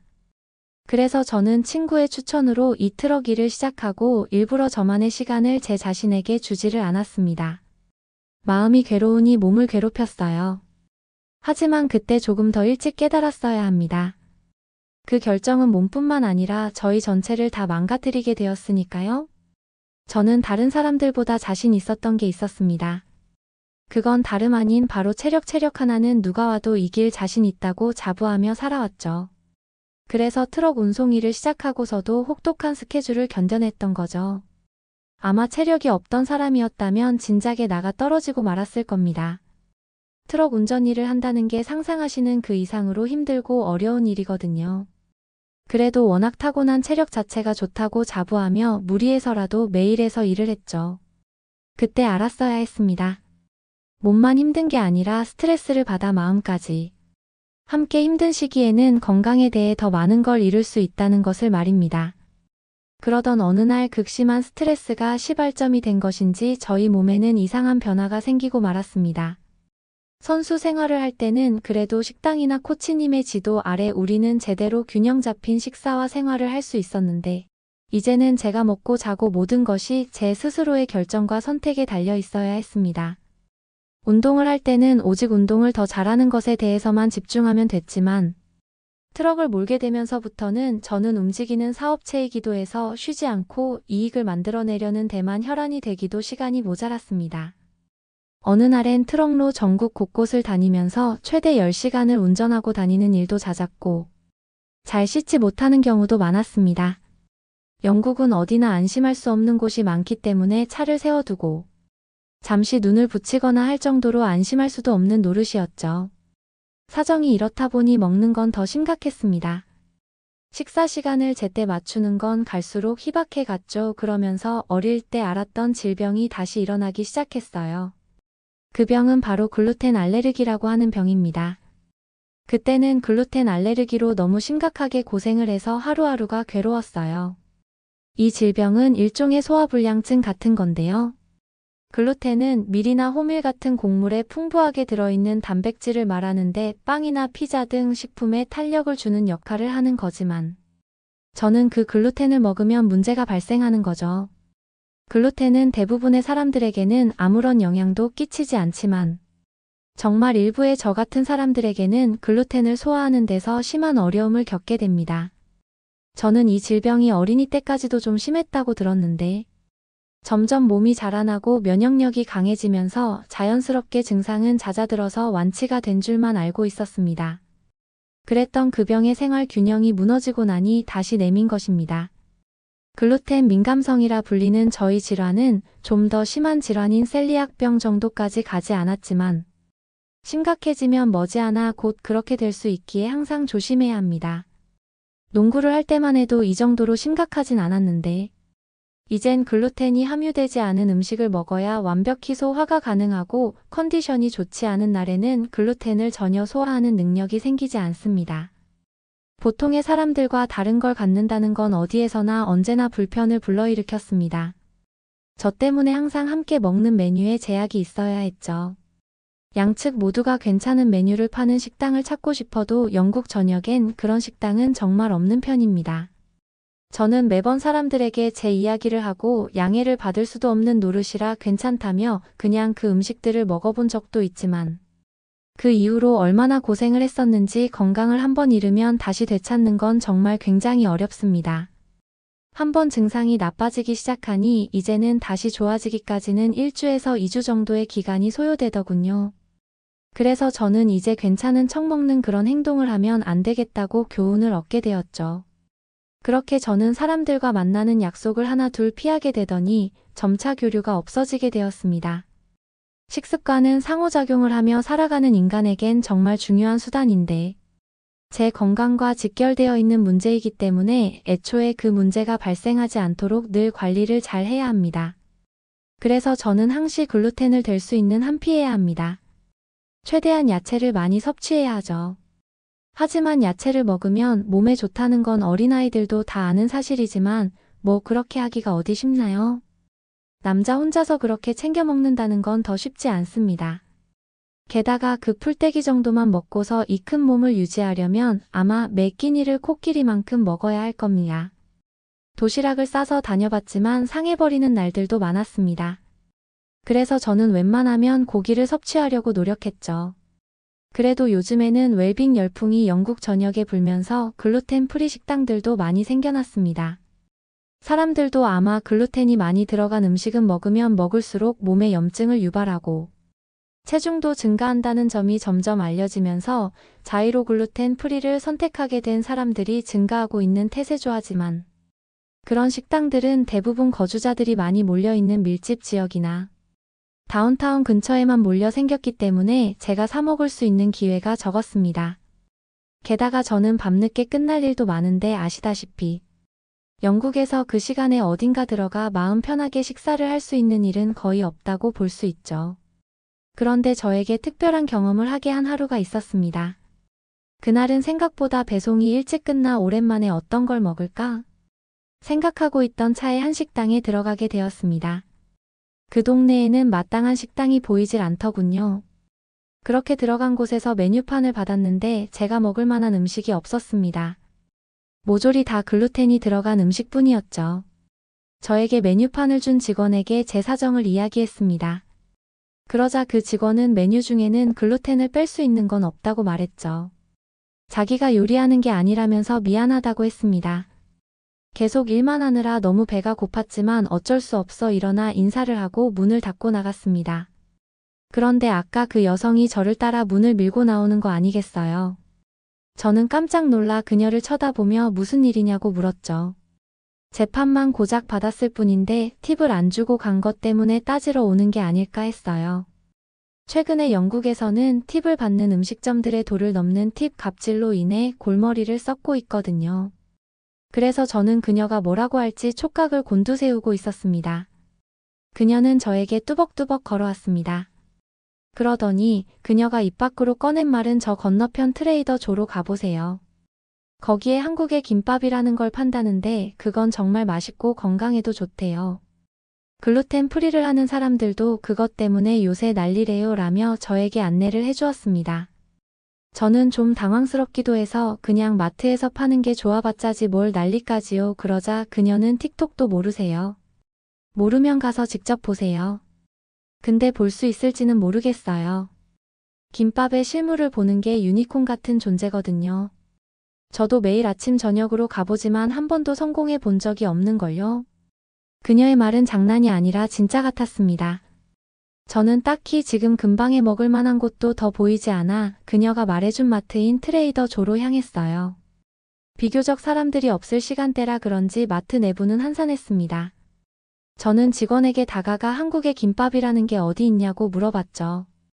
그러자 그 직원이 손으로 알려준 방향엔 진짜 그 여자가 말했던 김밥이라는 글자가 쓰여 있었습니다. 그런데 단 한 줄도 없더군요. 그 큰 냉동고가 다 김밥이라니. 그런데 심지어 한 개도 남지 않았다는 것에 그녀의 말이 전부 사실이라는 게 실감이 났습니다. 못 산다고 하니 더 먹고 싶은 마음과 호기심이 자라났습니다. 하지만 뭐 별 수 없으니 돌아서 가려는데 절호의 기회가 찾아왔습니다. 바로 식재료를 채우는 시간이 된 것입니다. 원래 1시간 뒤부터 선착순으로 1인당 한 줄만 가능한데 이번만 저에게 한 줄을 미리 살 수 있게 해주신다고 해주셨죠. 저는 감사했지만 한편으론 황당스럽기도 했어요. 얼마나 대단한 음식이라고 그래봤자 냉동실에 있는 간편식품인 주제라는 생각을 했죠. 김밥의 재료를 봐도 제가 먹으면 안 되는 게 하나도 없이 건강한 음식이었습니다. 계산대에 김밥과 물 하나를 올렸더니 갑자기 그 직원분은 행운의 날이네요. 축하해요. 라며 뒤편에 전자레인지를 가리키며 꼭 데워 먹으라는 말과 함께 진정으로 축하를 해줬습니다. 그곳을 가리키며 김밥 때문에 일부러 만든 전자레인지 섹션이라는 얘기까지 하는 그녀의 설명이 다소 부담스럽기도 했지만 너무 배가 고파 얼른 먹고 싶은 마음뿐이었죠. 드디어 계산을 하고 사람들이 추천해준 대로 전자레인지에 넣어 데웠고 패키지를 뜯었죠. 포장을 열자 처음 보는 비주얼과 향은 나쁘지 않았는데요. 한 입 먹는 순간 제가 한 번도 먹어본 적 없던 맛에 놀랐습니다. 그리고 오랜만에 저를 위한 좋은 식사 한 끼를 먹은 것 같은 만족감이 들었죠. 순식간에 한 개를 다 먹어버리고 하나 더 구매하고 싶어서 고개를 돌려 내부를 살폈더니 이미 김밥을 사려고 대기하는 사람들의 줄이 놀이공원 어트랙션 줄처럼 길게 나 있었습니다. 그냥 차에 다시 타야 했죠. 그래도 그간 먹어왔던 어떤 끼니보다 든든했던 한 끼였습니다. 결국 저는 살 수 없이 돌아서야 했습니다. 그렇게 다음날 오랜만에 이틀 연속 쉬는 날이었습니다. 이젠 이전처럼 무리해서 근무를 하진 않으려고 해요. 그래도 이틀 연속으로 쉬는 일은 드문데 오랜만에 휴식다운 쉼을 하기 위해 집에 누워 있었습니다. 그런데도 계속해서 이전에 먹었던 김밥이 생각나는 거였습니다. 김밥을 먹고서는 전혀 아무런 탈도 나지 않은 것도 신기했지만 그 맛 때문에 자꾸만 생각이 나곤 했어요. 그래서 근처에 구매할 수 있는 곳이 없나부터 시작해서 김밥에 대한 여러 가지 정보를 알아보기 시작했죠. 김밥에 대해 검색하자 생각보다 더 엄청난 인기와 관심에 더 놀랄 수밖에 없었습니다. 영국 각지에서는 한국 김밥을 구하느라 정말 난리였어요. 제가 저번에 샀던 게 행운이라는 걸 이제야 알 수 있었죠. 영국의 42개 주 370개 지점의 김밥은 모두 동이 나버려서 지역 커뮤니티마다 김밥을 어느 동네에 가면 살 수 있는지, 지점별 재입고 시기가 언제인지까지에 관련한 정보가 실시간으로 공유되고 있었습니다. 영국 전역에서는 김밥의 품귀 현상으로 인해 1인 1개 구매 제한이나 오플런하는 현상까지 보이고 있고요. 최근에는 영국뿐만 아니라 일본에서도 이와 같은 현상을 보이고 있다고 했습니다. 또 김밥을 구매하지 못한 사람들은 꿩 대신 닭이라는 심정으로 구매한 다른 한식들의 맛까지 이슈가 되면서 김밥뿐만 아니라 김치, 비빔밥, 불고기 구매 유행까지 함께 이끌고 있다고 하더군요. 이렇게 한식 김밥이 영국에서 난리가 난 데는 몇 가지 이유들이 있었습니다. 김밥을 먹는 영상이 엄청난 이슈가 되면서 순식간에 1100만 회를 돌파했고, 심상치 않던 소비자들의 움직임에 대해 BBC 같은 영국 공중파 방송사들에서도 계속 김밥에 대해 구하기 힘들다고 다루며, 품귀 현상은 점차 더 심각해져만 갔죠. 내용이 나오면서 점차 품귀 현상이 심각해졌다고 합니다. 그리고 대도시 중심으로 유행하는 건강식의 열풍에 딱 맞는 음식이었죠. 김밥에 잎채소와 뿌리채소, 밥 그리고 해조류인 김으로 싼 감은 식물성 재료의 종류가 다양하게 되어 있고 예쁜 비주얼까지 가지고 있어 기호대로 만들 수 있다는 점에서 젊은 세대들의 마음을 사로잡고 있어요. 특히 휴대도 간편하고 한 입에 쏙 넣을 수 있으면 젓가락 접시도 필요가 없어 편리한 데다 건강하기까지 한 음식인 거죠. 여기에 최근 영국에서 외식값이 천정부지로 치솟고 앞서 말씀드렸던 것처럼 팁으로 인한 문제인 팁플레이션까지 있어 사람들은 식당을 기피하면서 가성비가 높은 음식을 찾고 있는데 한국의 김밥은 모든 것에 완벽한 음식이었죠. 아무리 찾아도 살 수 있는 곳을 찾을 수가 없어 저는 제가 만들기로 했습니다. 유튜브를 보고 연습해서 몇 번을 해봐도 김밥을 만드는 건 생각보다 훨씬 어려웠습니다. 먹을 때는 간편했는데 만들려면 이렇게 많은 정성이 들어가야 한다니 몇 번이나 실패를 하고 거듭한 끝에 이제는 김밥을 꽤 잘 만들 수 있게 되었습니다. 완벽하게 한국식으로 만들 수는 없지만 최대한 비슷하게 만들었죠. 저는 김밥을 대량으로 만들어 두고 소분해서 나눠 운전을 하고 이동할 때 간편하게 먹을 수 있게 되었습니다. 이제 끼니 걱정도 건강 걱정도 하지 않아도 될 수 있었죠. 이젠 일도 하면서 제 스스로도 챙길 수 있는 시간들을 보내고 있는 것 같아 뿌듯하기도 합니다. 아, 그리고 이번 주에는 저번에 갔던 지역으로 배달을 하러 가게 되었는데요. 그러는 김에 저에게 처음 김밥이라는 걸 알려준 그 식당의 그녀에게 제가 만든 김밥을 한 줄 선물하려고 합니다. 김밥은 여전히 구하기 힘들 테니 아직 그녀가 못 먹어봤을 게 분명했죠. 그녀가 좋아했으면 좋겠네요.